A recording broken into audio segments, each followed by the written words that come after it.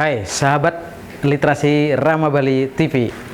Kali ini kita akan berbagi literasi implementasi kurikulum Merdeka, khususnya dalam manajemen kepemimpinan, kebijakan, solusi, dilema, etika.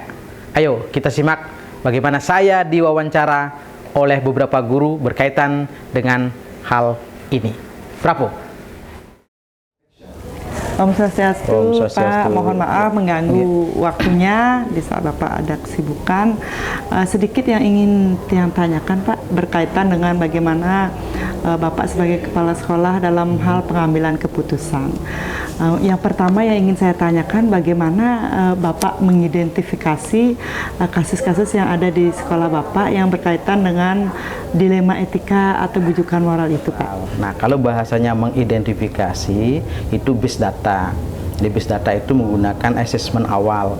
Nah, asesmen awal di setiap kasus itu biasanya dilakukan oleh tim konselor. Jadi tim konselor itu punya data, kemudian tim konselor juga mengembangkan satu ide kreatif dengan konsep guru bina. Kalau di sekolah kita kan ada guru bina ya. Jadi datanya lebih data guru bina. Kemudian tidak lupa juga bahwa pendekatannya adalah H2GU. Jadi head to head goal unity. Artinya apa? Si guru bina bersama konselor, yang sekarang guru binanya tidak kita sebut guru bina tapi guru pendamping gitu ya, karena value atau nilai-nilai kemanusiaan itu ada dalam diri setiap anak, sehingga anak-anak melakukan kasus persoalan apapun itu tentu dalam tanda kutip tidak disengaja. Ada banyak kompleksiti data, kemungkinan karena faktor ekonomi, kemudian pengaruh orang tua, pengaruh lingkungan. Nah, data ini dikumpulkan melalui asesmen awal namanya oleh tim konselor. Selama ini bagaimana Bapak menjalankan pengambilan keputusan Bapak di sekolah, terutama untuk kasus-kasus yang ada dua kepentingan yang sama-sama benar atau sama-sama mengandung nilai kebajikan, jadi tergolong dilema etika? Oke, sesungguhnya nggak ada dilema etika itu ya, karena kita berbicara benar dan salah itu kan ranahnya adalah regulasi. Seseorang dikatakan baik atau tidak baik kan patokannya adalah aturan. Misalkan kalau dia melanggar aturan dianggap nggak baik, kalau tidak melanggar aturan dianggap disiplin. Jadi dialektika itu munculnya di sana. Jadi etikanya di situ. Namanya etika itu kan sesuai dengan koridor. Nah, keputusan-keputusan yang diambil di sekolah berdasarkan konsep kan win-win solution. Jadi kita tidak lagi mengatakan bahwa keduanya benar atau keduanya salah, atau misalkan ini benar ini salah. Nah, karena ada dasar komitmennya. Jadi dasar pengambilan kebijakan adalah komitmen bersama. Jadi anak-anak pada saat masuk ke sini kan ada tanda tangan pernyataan itu kan, tanda tangan pernyataan komitmen yang diketahui orang tua, dan itu menjadi base datanya di konselor. Dan konselor juga tugasnya kan bukan menghakimi, tapi konselor tugasnya adalah pendamping, sehingga diterapkanlah satu konsep guru pendamping. Lo dulu namanya guru bina. Guru bina. Ya, jadi dari guru pendamping, kemudian akan diambil komitmennya gimana. Nah, selanjutnya itu. Jadi intinya adalah dalam pengambilan keputusan kebijakan yang dilakukan itu semua berbasis kolaborasi. Sini pada saat Bapak mengambil keputusan, langkah-langkah atau prosedur apa yang Bapak lakukan saat pengambilan keputusan? Nah, kalau misalkan prosedural berarti kan ada step by stepnya ya. Nah, di sekolah kita kan mengenal konseptual penanganan atau pendampingan melalui dari guru bina, itu di awal. Itu step pertama. Kalau 3 kali di guru pendamping nggak mempan gimana Bu deh?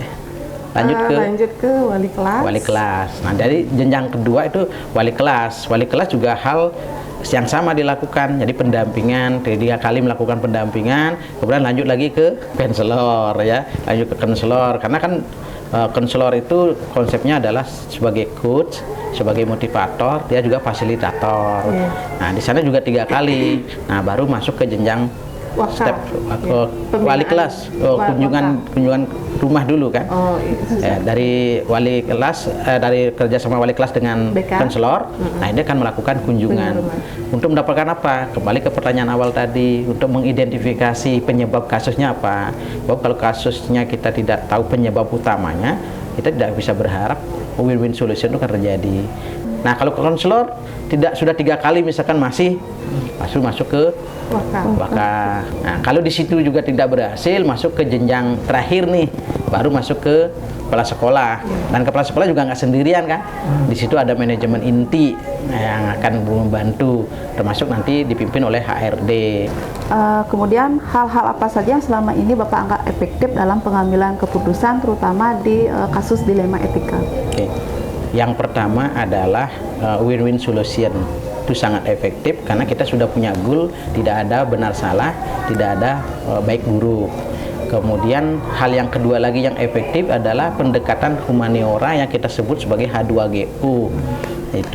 Itu sangat efektif sekali. Dengan pendekatan itu seseorang bisa tersentuh hatinya. Jadi jawaban atas pertanyaan fundamental persoalan dia tidak berangkat dari kepalanya, tapi berangkat dari from heart, dari hatinya. Kemudian juga terbangunnya trust. Jadi faktor yang ketiga adalah terbangun trust, kepercayaan dengan siapa mereka mau bercurhat. Nah, ini kan di sekolah kita mengenal alur irama dalam silent.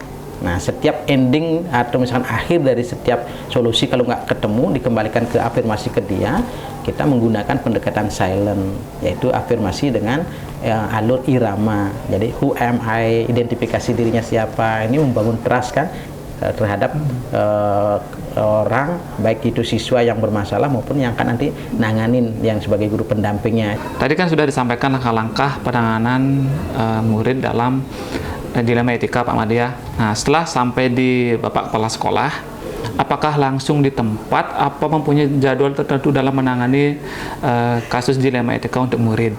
Nah, bagaimana prosedurnya Pak? Oke. Karena kasus dilema etika maupun kasus-kasus yang lainnya itu kan sifatnya sampai ke kepala sekolah cukup lama pakai jenjangnya. Jadi nggak ada sifatnya istilah harus terjadwal, kemudian sifatnya juga harus apalagi spontanitas mengambil keputusan. Karena di sekolah kita kan konseptualnya adalah manajemen, itu dengan 3K, komunikasi, kemudian ada koordinasi dan ada kolaborasi. Nah, tiap jenjang ini akan ada ketiga hal itu. Selama penanganan kasus ini ada tidak Pak faktor-faktor atau hal-hal yang membantu Bapak dalam proses pengambilan keputusan untuk menangani kasus dilema etika ini? Ada paling pertama kan faktor sumber daya manusia. Ada manajemen ya. Jadi keputusan nggak bisa diambil sendirian. Betul. Yang kedua adalah faktor regulasi. Nah, tata tertib aturan yang sudah dipahami belum itu. Yang ketiga faktor internal dari psikis sendiri siswa yang bermasalah, mau dia kooperatif. Karena pendekatan kita dalam penanganan kasus itu kan 3K, ada komunikasi nggak, itu kan, ada koordinasi nggak. Nah, kemudian kolaborasi ada nggak, jalan nggak selama ini. Jadi dari 3K itu. Nah, jadi faktor yang keempat itu kembali adalah faktor lingkungan eksternal di mana anak itu berasal.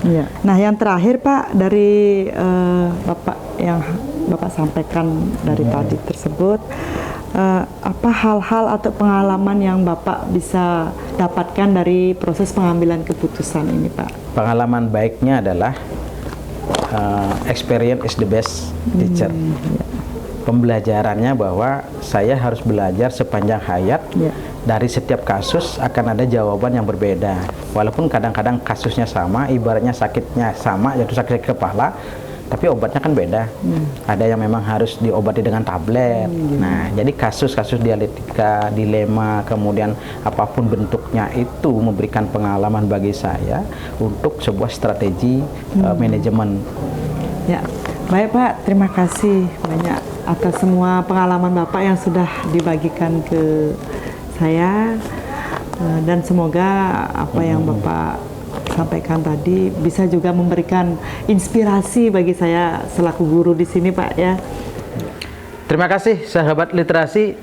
Demikian implementasi kurikulum Merdeka khususnya berkaitan dengan H2GU sebagai basis dalam manajemen kebijakan untuk solusi dilema etika di SMK Negeri 1 Sawan.